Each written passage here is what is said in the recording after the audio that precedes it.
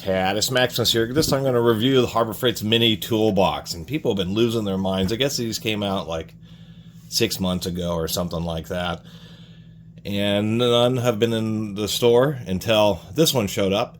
I will mention that these, or at least a new generation, or this next shipment is made in Cambodia. I watched a couple YouTube reviews and people said they were made in China. These are made in Cambodia. They've been notoriously out of stock, so much so that they have this two item limit on these mini toolboxes. Every time they've been getting a shipment, people just been coming in and hoarding them and basically losing their minds over them. I did not have a coupon, and the price, some people have been getting these with a coupon as cheap as 15 bucks. I paid $19. Still an okay price. It is an all metal toolbox. It does seem to have pretty decent construction, decent hinge. Seems pretty straight. We do have a serial number sticker on the bottom. They have some kind of little funny feeties, but it does have a recessed bottom. They don't have a lower chest for it, which is unfortunate. The other thing that's really unfortunate, even though it has ball bearing slides, is they're not double acting. And what really annoys me is trying to get in there, especially into the back of this upper drawer. I mean, you can see how far my hand goes in there.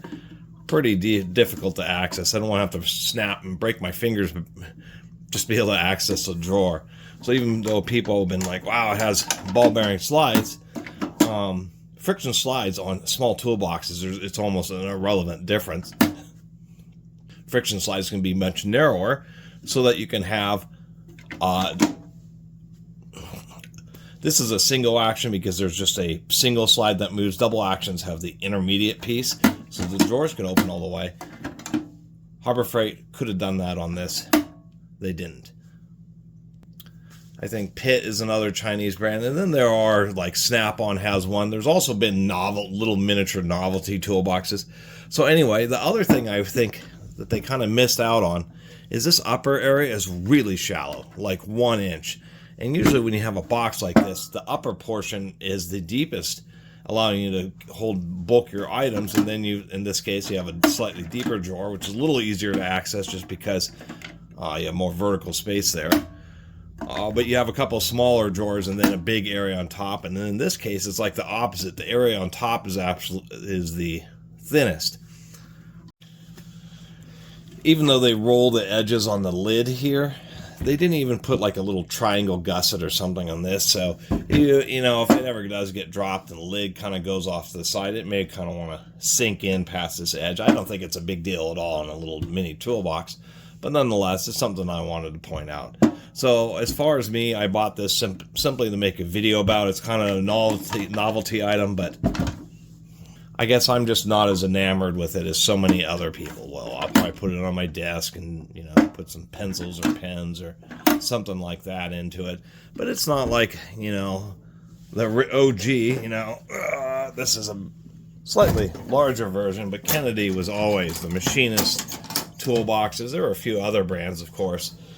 But the original small drawer toolbox, this is a slightly bigger one, but nonetheless, was these Kennedys where you had, friction slides. They still operate pretty darn smooth, and this box is just all kinds of warped and dented. It's been dropped and beat up. This has all been attempted to be straightened out, repainted, and I can still open this drawer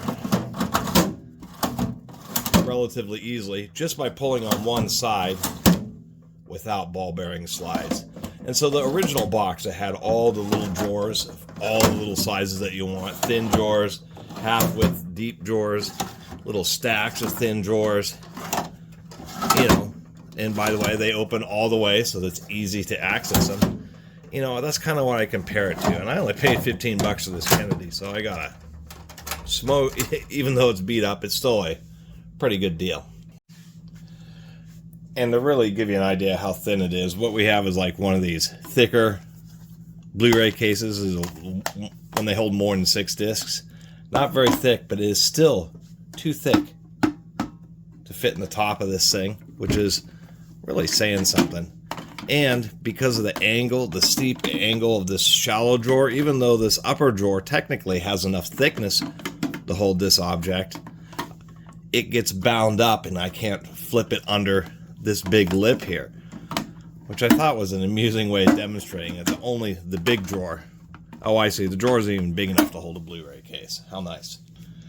Anyway, that's my take on it. I'm not going to get any more of these little boxes, even if they do, you know, come out with a bottom chest.